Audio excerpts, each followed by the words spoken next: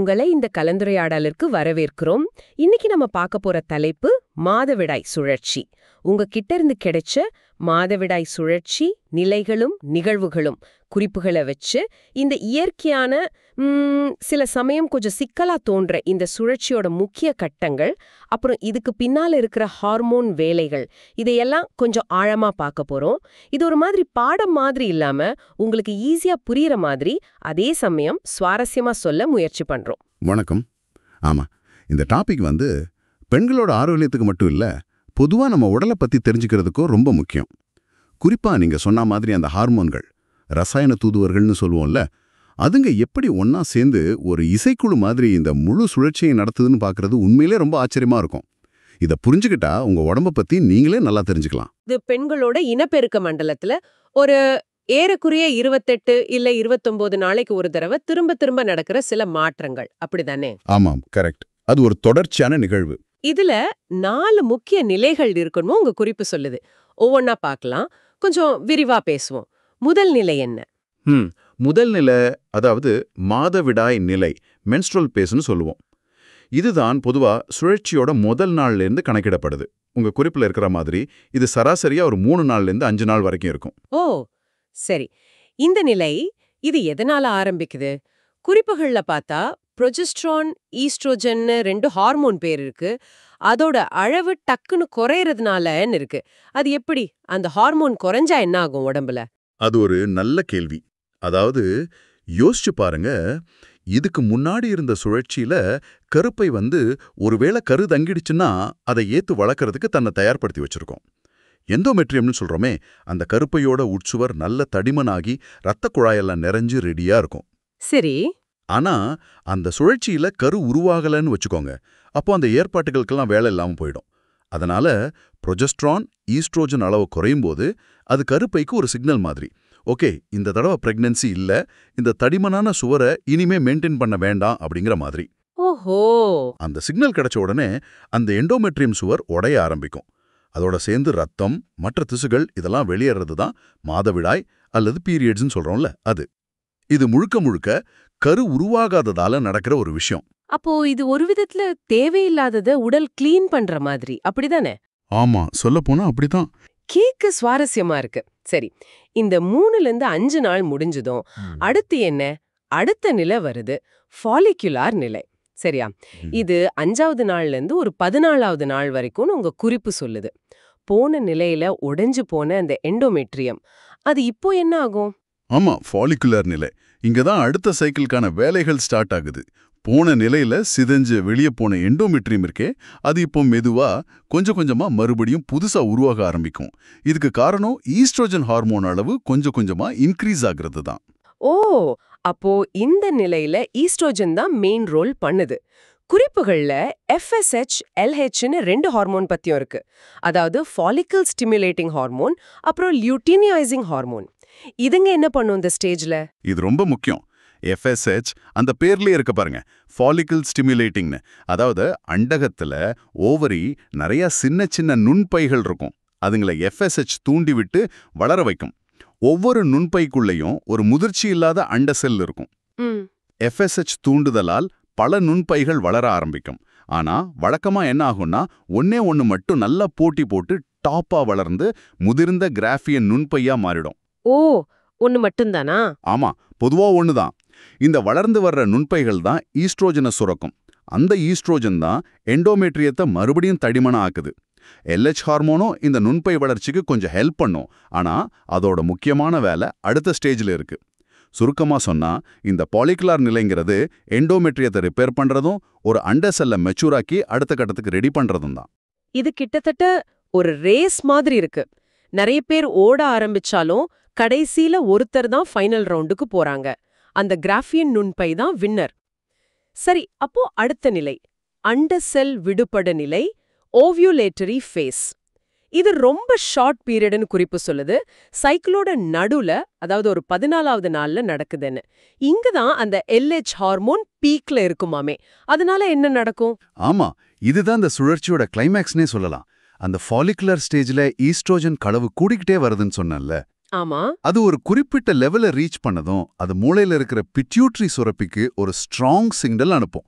அதோட ரிசல்ட்டா பிட்யூட்ரி சுரப்பி டக்குன்னு மிக அதிகமா LH ஹார்மோனை ரத்தத்துல கொட்டும். இதுக்கு LH சர்ஜ்னு சொல்லுவோம். LH surge. ஓகே. இந்த LH சர்ஜ் தான் அந்த முதிர்ந்த கிராஃபின் நுண்பையோட சுவரை கொஞ்சம் வீக்காக்கி அது உடையறதுக்கு காரணம். நுண்பை உடைஞ்சதும் உள்ள இருக்கிற அந்த முதிர்ந்த அண்ட அணு, அதாவது ஓவம், வெளியே வந்து ஃபெலோப்பியன் குழாய்க்கு பக்கத்துல இருக்கிற வயிற்றுக்குழிக்குள்ள ரிலீஸ் ஆகும். இந்த நிகழ்ச்சிக்கு பேருனா அண்டம் விடுபடுதல், ஓவியுலேஷன். இது நடக்கணும்னா அந்த LH சர்ஜ் ரொம்ப முக்கியம். அந்த ஹார்மோனை அந்த கரெக்ட் டைம்ல அந்த அளவுக்கு ஏறணும். இது இயற்கையோட ஒரு அற்புதம். கேட்கவே பிரமிப்பா இருக்கு. இவ்ளோ பெரிய ஹார்மோன் வேலைகள் எல்லாம் ஒரு சின்ன அண்டம் வெளியே வர்றதுக்கு நடக்குது. அப்போ இந்த அண்டம் வெளியே வர டைம் தான் கரு உருவாகிறதுக்கு ரொம்ப முக்கியமான நேரம்னும் குறிப்புல இருக்கு இல்லையா? நிச்சயமா. ஏன்னா அந்த விடுபட்ட அண்டம் வந்து ஒரு சில மணி நேரம் தான் உயிரோட இருக்கும். தோராயமா ஒரு 12லிருந்து 24 மணி நேரம். அந்த டைம்ல விந்தணுக்கள் அங்க இருந்தா கரு உருவாக சான்ஸ் ரொம்ப அதிகம். அதனால தான் குழந்தைக்காக முயற்சி பண்றவங்க இந்த ஓவுலேஷன் நடக்கிற நாளை கணிக்க ட்ரை பண்ணுவாங்க. இந்த மொத்த சைக்கிளோட நோக்கமே ஒரு சாத்தியமான கர்ப்பத்துக்கு வழிவகுக்கிறது தான். அதுக்கான முக்கியமான டேர்னிங் பாயிண்ட் இது. சரி, அண்டம் வெளியே வந்தாச்சு. அதுக்கப்புறம் 4வது நிலைக்கு வரோம். லூட்டியல் நிலை. இதுக்கு சுரப்பு நிலைன்னு இன்னொரு பேர் இருக்குன்னு குறிப்பு சொல்லுது. இப்போ அந்த அண்டத்தை வெளியே அனுப்புன பிறகு மிச்சம் இருக்கிற அந்த உடைந்த கிராஃபியன் நுண்பை, அதுக்கு என்ன ஆகும்? உங்க குறிப்புல கார்பஸ் லூட்டியம்னு ஒரு பேர் இருக்கு. அது என்ன? கார்பஸ் லியூட்டியம் அப்படின்னா மஞ்சள் உடல்னு அர்த்தம். அண்டம் போனதுக்கு அப்புறம் அந்த கிராஃபியன் நுண்பையோட மிச்ச செல்கள் கொஞ்சம் மாறி இந்த கார்பஸ் லியூட்டியம் அப்படிங்கிற ஒரு தற்காலிக சுரப்பியா மாறும். டெம்பரவரி தான், ஆனா ரொம்ப இம்பார்ட்டன்ட் வேலை செய்யும். அப்படி என்ன முக்கியமான வேலை அதுக்கு? குறிப்புல இது ப்ரொஜெஸ்ட்ரானுங்கிற ஹார்மோனை நிறைய சுரக்குதுன்னு இருக்கு. இந்த ப்ரொஜெஸ்ட்ரான் எதுக்கு? ஆமா, கார்பஸ் லியூட்டியமோட மெயின் வேலையே ப்ரொஜெஸ்ட்ரானை சுரக்கிறது தான். கொஞ்சமா ஈஸ்ட்ரோஜனையும் சுரக்கும். இந்த ப்ரொஜெஸ்டரான் தான் ஏற்கனவே ஈஸ்ட்ரோஜன்னால வளர ஆரம்பிச்ச எண்டோமேட்ரியத்தை இன்னும் நல்லா தடிமனாக்கி பிளட் சப்ளை எல்லாம் அதிகமாக்கி சுரப்பிகள் எல்லாம் ரெடி பண்ணி ஒருவேளை கரு உருவானா அது வந்து செட்டில் ஆகி வளர்றதுக்கு ஏற்ற மாதிரி ஒரு மெத்த மாதிரி ரெடி பண்ணும். அதனால தான் இதுக்கு சுரப்பு நிலையினும் பேரு. ஏன்னா அந்த எண்டோமேட்ரியல் சுரப்பிகள் சில ஊட்டச்சத்துக்களை சுரக்க ஆரம்பிக்கும். இப்ப இங்கனக்குள்ள ஒரு 2 பாதை பிரியுது. கரு உருவாகுதா இல்லையாங்கிறத பொறுத்து. ஓ, அப்படியா? 2 வழியா குறிப்புலயும் இருக்கு. 1 கருவுறுதல் நடந்தா, இன்னொன்னு நடக்கலேனா? கரெக்டா சொன்னீங்க. சான்ஸ் ஒருவேளை அண்டமும் விந்தனும் சேர்ந்து கரு உருவாகிடுச்சுன்னு வைங்க. அந்த கரு வளர்ந்து கருப்பைக்குள்ள வந்து பதியும் போது அது HCG, ஹியூமன் கோரியோனிக் கோனடோட்ரோபின் அப்படின்னு ஒரு ஹார்மோனை வெளியிடும். HCG. சரி. இந்த HG ஹார்மோன் தான் கார்பஸ் லூட்டியத்தை ஒரு மெசேஜ் மாதிரி, நான் வந்துட்டேன், நீ பாட்டுக்கு செத்து போயிடாத, தொடர்ந்து ப்ரொஜெஸ்ட்ரானை சுரந்துட்டே இரு அப்படின்னு சொல்ற மாதிரி. அதனால கார்பஸ் லூட்டியம் உயிரோட இருந்து ப்ரொஜெஸ்ட்ரானை தொடர்ந்து கொடுத்து கர்ப்பத்தை ஆரம்பத்துல மெயின்டைன் பண்ணும். கொஞ்ச நாள் கழிச்சு நஞ்சுக்கொடி பிளசண்டா வளர்ந்ததும் அதுவே ப்ரொஜெஸ்ட்ரானை சுரக்க ஆரம்பிச்சிடும். அது வரைக்கும் கார்பஸ் லூட்டியம் ரொம்ப முக்கியம். அப்போ கரு உருவானா கார்பஸ் லூட்டியம் ஆக்டிவா இருக்கும். ஓகே, 2வது சான்ஸ் என்ன? கரு உருவாகலனா? வடு மாதிரி மாறிடும். இது ஹார்மோன் எதையும் சுரக்காது. கார்பஸ் லூட்டியம் இப்படி செயலிழந்து போனா அது சுரந்துட்டு இந்த ப்ரொஜெஸ்ட்ரான் அளவு குறைஞ்சிடுமே. ஆமா, குறிப்புகள் படி இது அடுத்த சுழற்சிக்கு வழிவகுக்கும்னு இருக்கு. அது எப்படி? அதுதான் கரெக்டான கனெக்ஷன்.